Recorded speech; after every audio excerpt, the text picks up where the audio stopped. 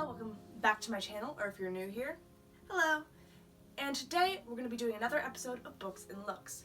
Last time on Books and Looks we covered Gentleman's Guide to Vice and Virtue, and Again But Better. And I realized I started sort of a theme with those two books. Those are sort of feel-good books with just deeper messages under them, and I really love them for those reasons.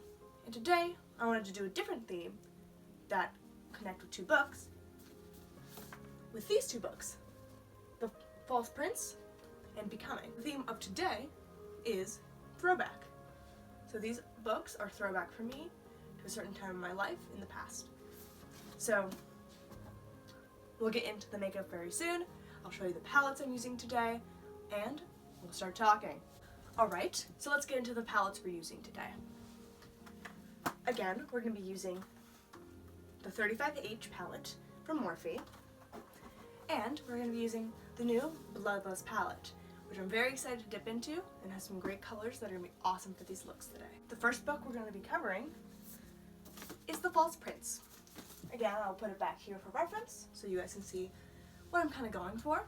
Let's get into the makeup look. I just kind of based my face, got the primer and my foundation on.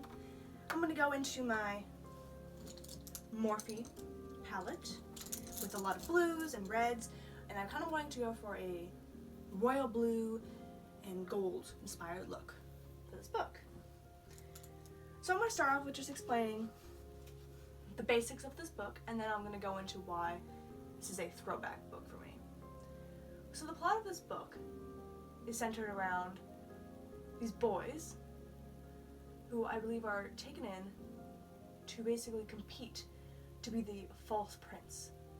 In this universe, the prince was sent away at a young age, and the kingdom lost him.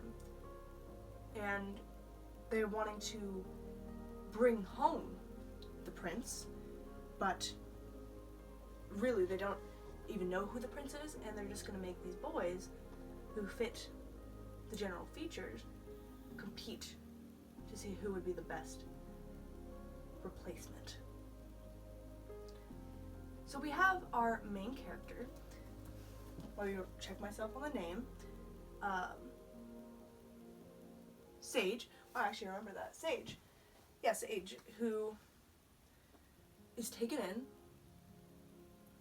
to basically compete to be the next prince. And you can see he's a very witty kind of character. He knows a lot to help himself survive. He's very charismatic, and I really enjoyed reading about him because he was like someone that you definitely could root for and could tell was like a smart sort of character. And oh my gosh. And I remember really liking this book, and actually read the entire series. It's a trilogy back basically in 5th grade, and I think a reason I like this book is because I've always really been into fantasy novels, and this book definitely has that fantasy aspect of kind of kingdoms and that medieval kind of feel to me. It's really cool. It doesn't have as much, I don't believe, magic in it, but it had, for me, in 5th grade, had that relationship with medieval. I've actually done D&D for a really long time. I actually started playing D&D basically around 5th grade. So, having a book that was like, wow, this is like the medieval feel of my D&D world, with a character that would be like a character I'd want to play, he kind of reminds me of like almost like a human rogue, or like, you know, he's very sneaky and tricky like that. So I got the blue on right now, and so back to the back, I am going to pick a lighter shade of blue, and just to like fade it a little bit, I will probably pick this one. I think it's really pretty. Okay, so this book, yeah, it really reminded me of like the fantasy world I was in D&D, and that is still one of my favorite games of all time right now.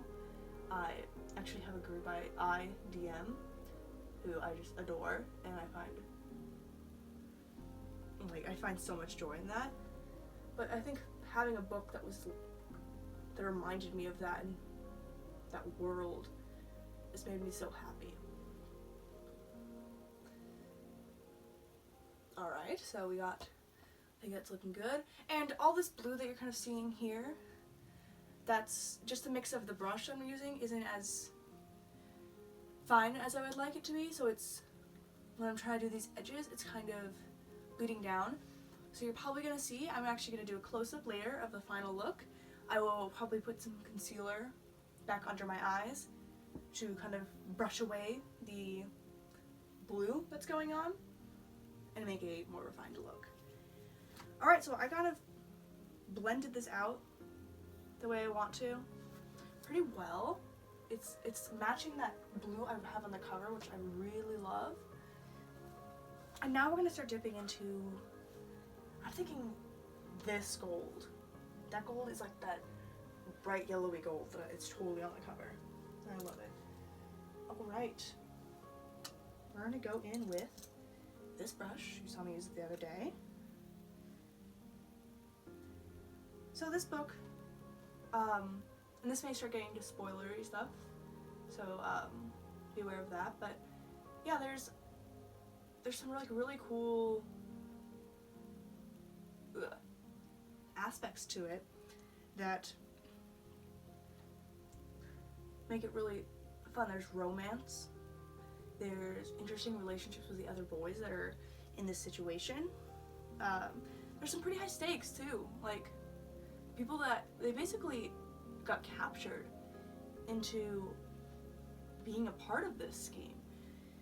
They didn't really have a choice. They were just, you are similar to what the Lost Prince looks like, and now we're going to use you kind of as a pawn to get ourselves placed into the royal court. So there's actually some pretty high stakes. Later on in the series you have romance, which I've actually always been a sucker for romance novels, or any novels with romance in it, because I think that's just such when you're a teen, that is such a interesting new world for you to think about romance, and how sometimes it brings a lot of joy, but there's also like a mix in this novel where there's danger involved, and there's danger around every corner. And I just remember just loving how this series developed, and I found it so fun. Honestly, I'm not one to tend to reread books, but this is a book I actually bought a new copy of, or my mom bought me a new copy of it, because my old copy got torn up by one of my dogs, and it's just because I want to read it again, because I have such fond memories of it, and I think I really love it. I actually have another book by this author, The Traitor's Game, and I'm very excited to read that. It's I think another trilogy, or maybe a duology by her. So I'm just very excited to get back into her books and see what those are about now. Alright, so I think this look is actually pretty good for what I'm going with. One thing I want to do though, you see this red accent on this book? And now this may be not a smart decision. The decision I will be making. I want to take this maroon shade and kind of just go under the eye with it, and we'll see how that looks. I think it'd be cool. So I think this book is a great option if you are, I think, for me, I was in 5th grade when I read this. So this is a good introduction to that kind of medieval world a little bit. And I didn't struggle with it too much. It wasn't like the language was insane and hard for me. So this may be a really good introduction book for those who want to get into that kind of world with some really cool characters. really fun characters I really enjoyed. And yeah, this book has really fun memories because it correlates so much with basically my 5th grade year, because I read the entire series that year. And yeah. Alright, I think the look is basically done.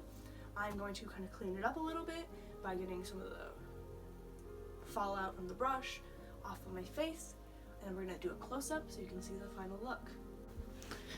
Alright, so this is the final look.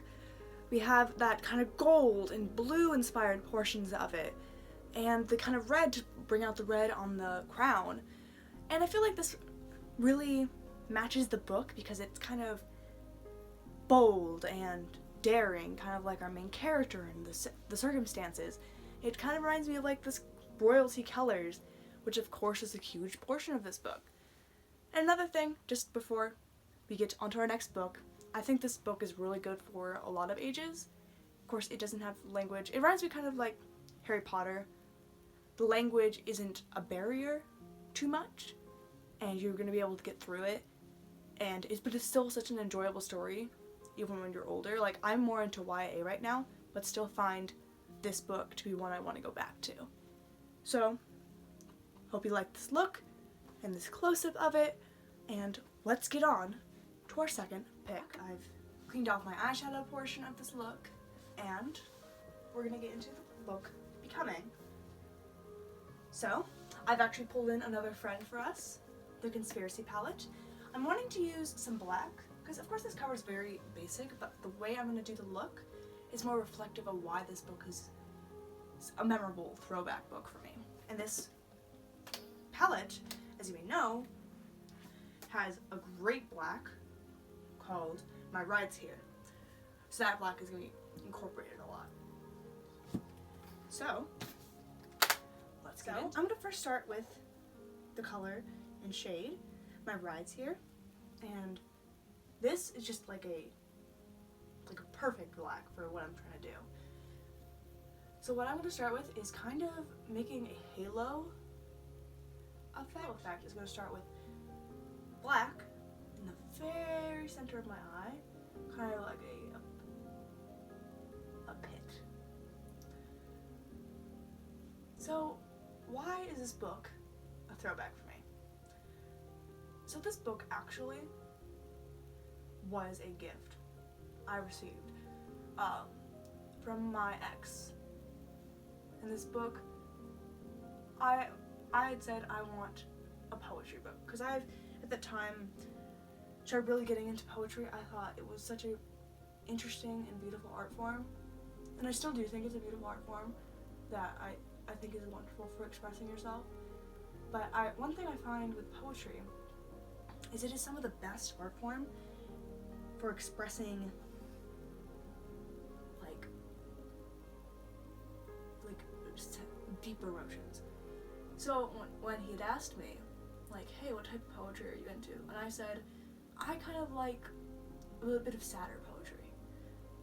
Because, I mean, you could consider Dr. Seuss a poet, but it's a lot of happy things and things that, for me, I feel like you can learn a lot from other people's pain and sadness.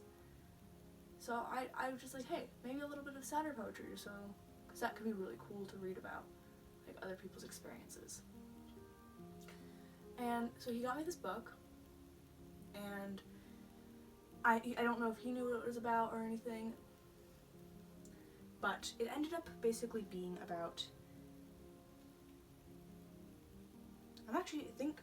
yes, okay.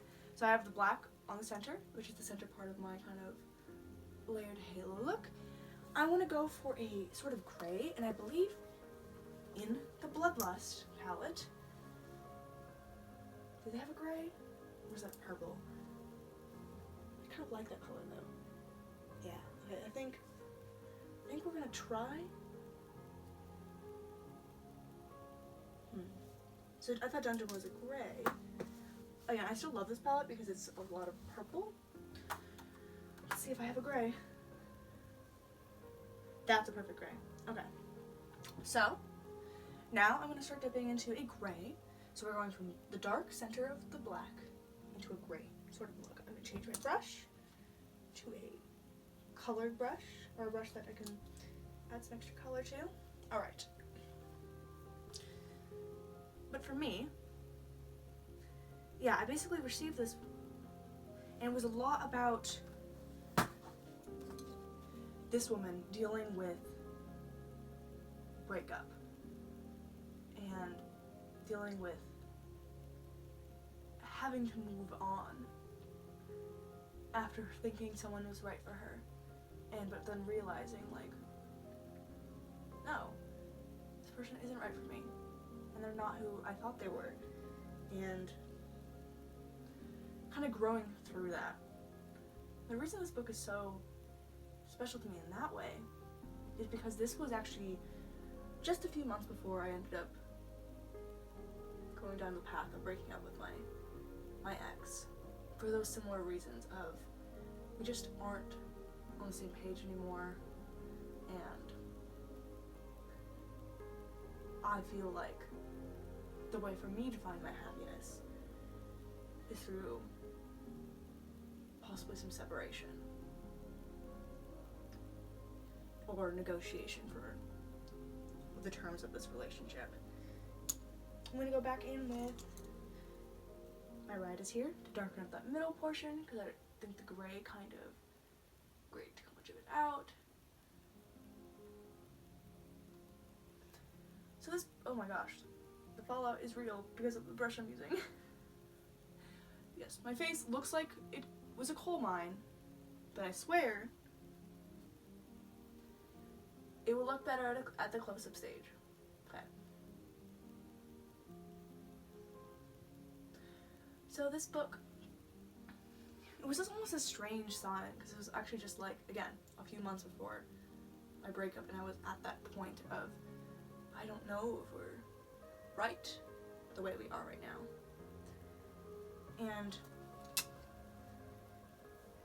I basically was able to almost see this book as this idea of, even though maybe you've never even knew what the book was truly about, I kind of see it as like, hey, that's okay to feel the way you did about